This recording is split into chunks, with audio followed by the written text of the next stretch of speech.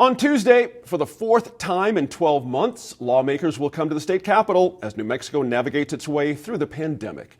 As it has for each of the special sessions, lawmaking will look different as it takes place largely online.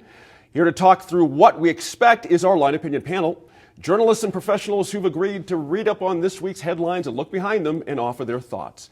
Joining us are founder and president of Vox Optima Public Relations, that would be Merritt Allen.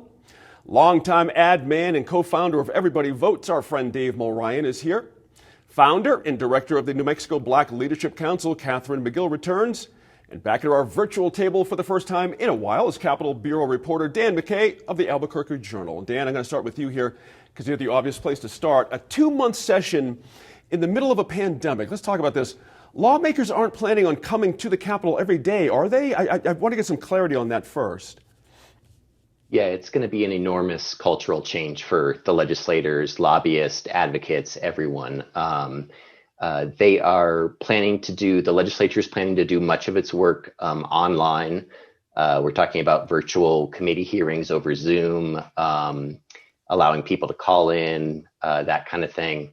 There is some talk about limiting the floor sessions, which is the meeting when all the legislators in a chamber are together,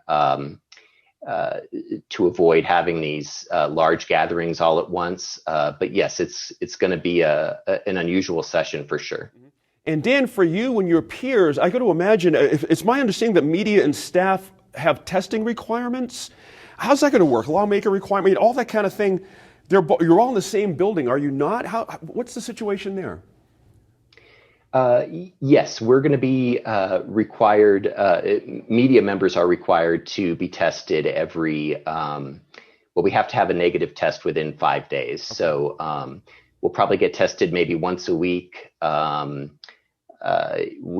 will be Department of Health testing on site that staff members and media can use.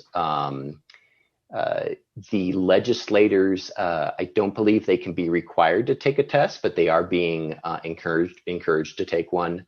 Los Alamos National Laboratory did a lot of statistical modeling on how the session might contribute to disease spread, and one of their key recommendations was to do pretty vigorous testing.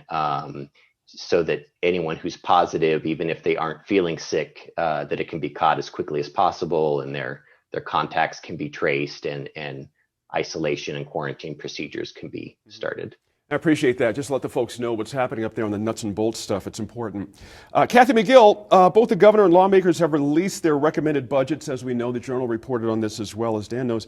A big difference is pay raises for teachers and state workers in the legislative budget, but not in the governor's. How do you see this shaking out? Is something going to come out of it for raises for folks, or should they not plan on it for 2021? I think that they should probably not plan on it. However, it seems like everyone is saying that the revenue is better than expected. Right. And so state employees are probably looking for that raise.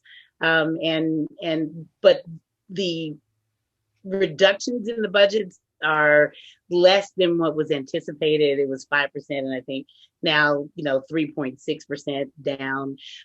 So there's room for raises, and I think that state employees are looking for raises because they've had had to make lots of pivots, working from home, doing lots of additional pivots to make sure that they can continue to provide service.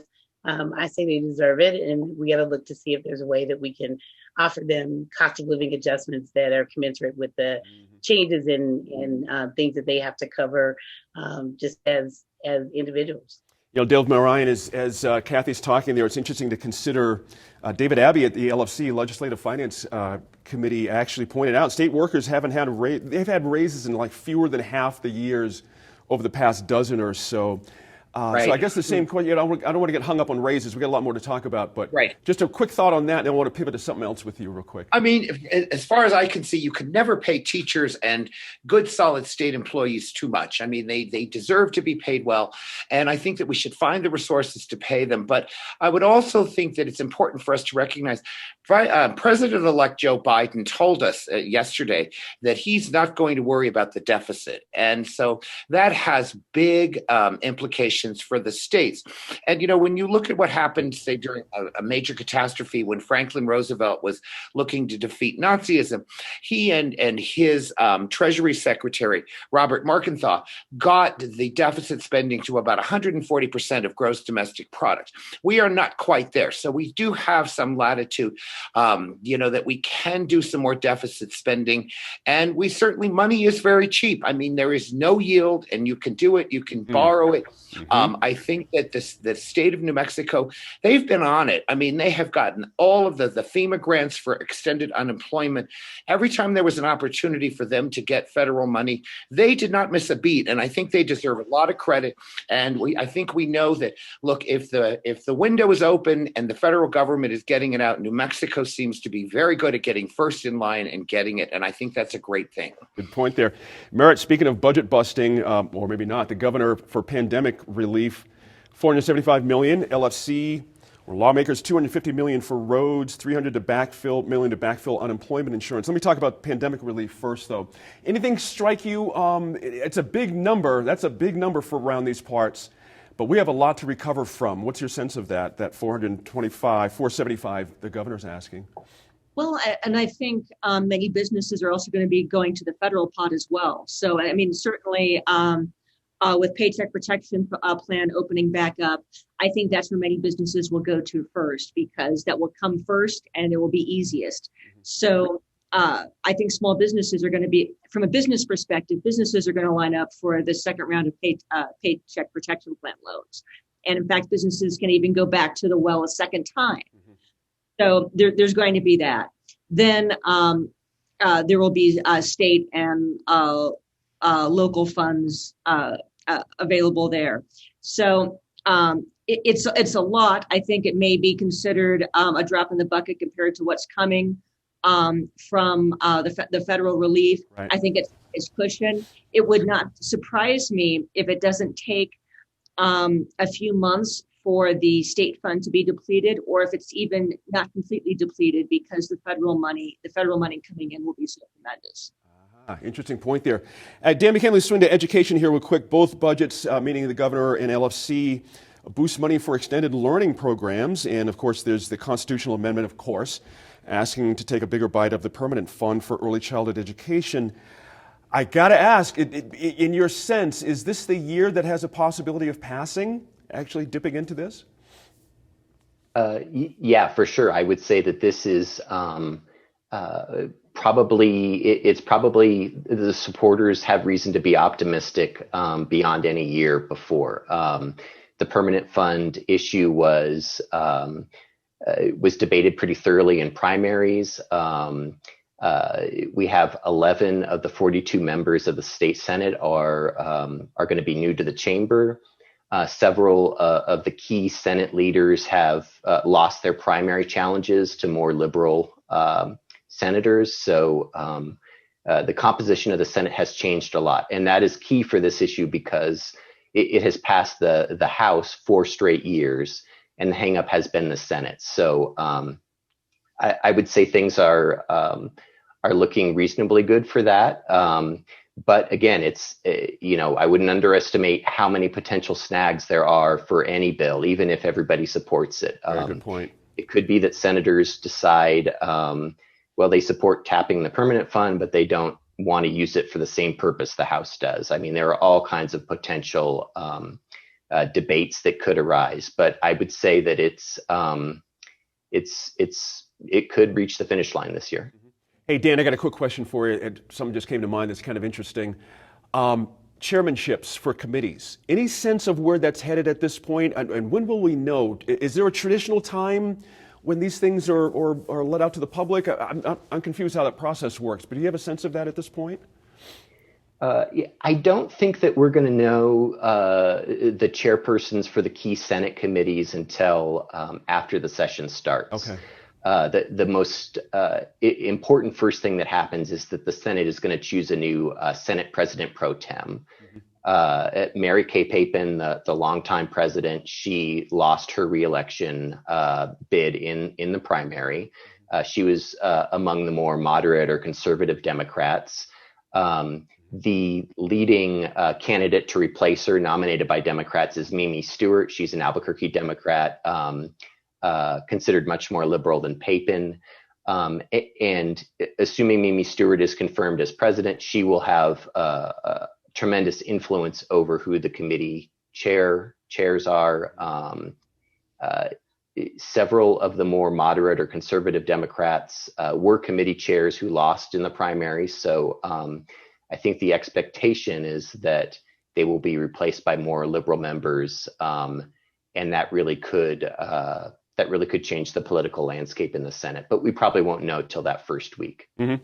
Hey, Merritt, real quick, we're down about a minute and a half. I want to get you and Kathy in on a question each. You're on the redistricting task force. Seems to be set to recommend a 7-member commission to handle the task every decade. What's the quick take on what we should expect out of this group? You'll be seeing legislation, bipartisan, sponsored by Senators Ortiz-Pinto and Senator Moores. Mm-hmm.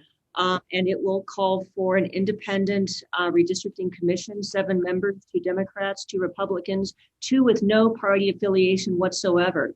It will be chaired by a retired Supreme Court justice. Mm-hmm. And they will be required to have no fewer than 12 public hearings as they draw maps for the U.S. Congress, U.S.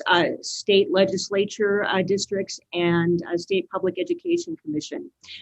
This is a big deal because we do not have any specific process for redistricting. It's different every 10 years. It's a different process. Right. Too often, lawmakers are the ones who are deciding the districts, not the voters.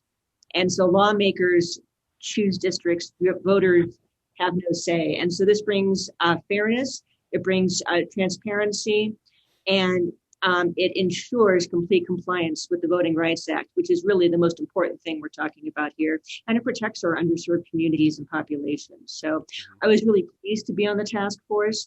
I also need to mention that line panelist Tom Garrity was also on the task force, a number of legislators, a number of tribal and Pueblo representatives, as well as just community and business leaders around the state. Very satisfying work.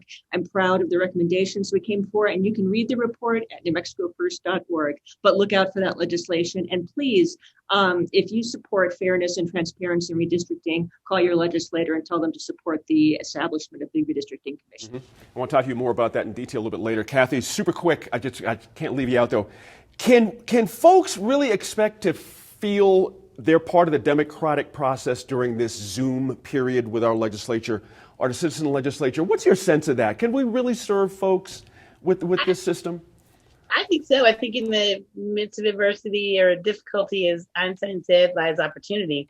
There's an opportunity for people who may never have traveled to Santa Fe to be a part of a committee hearing, on a Zoom call and listen to what's going on and how we're deliberating these policies and procedures. And so I think that it actually opens up a new frontier for people to be able to participate, and that it is going to change the way we do all kinds of things. We do a lot of training in the New Mexico Black Leadership Council.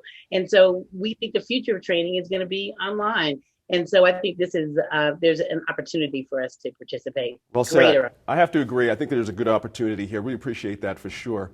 We'll be watching closely both the debates and the impact of COVID-19. Speaking of, we want to take some time this week to check in with Jonathan Nez, president of the Navajo Nation, one of the largest tribes geographically, certainly, and by population. The Navajo have been hit hard by COVID-19 with more than 25,000 positive cases and more than 800 deaths. While continuing curfews and lockdowns, the Navajo Nation is being aggressive with its vaccination efforts. NMIF correspondent Antonio Gonzalez talks with the tribe's top leader about plans for the new year.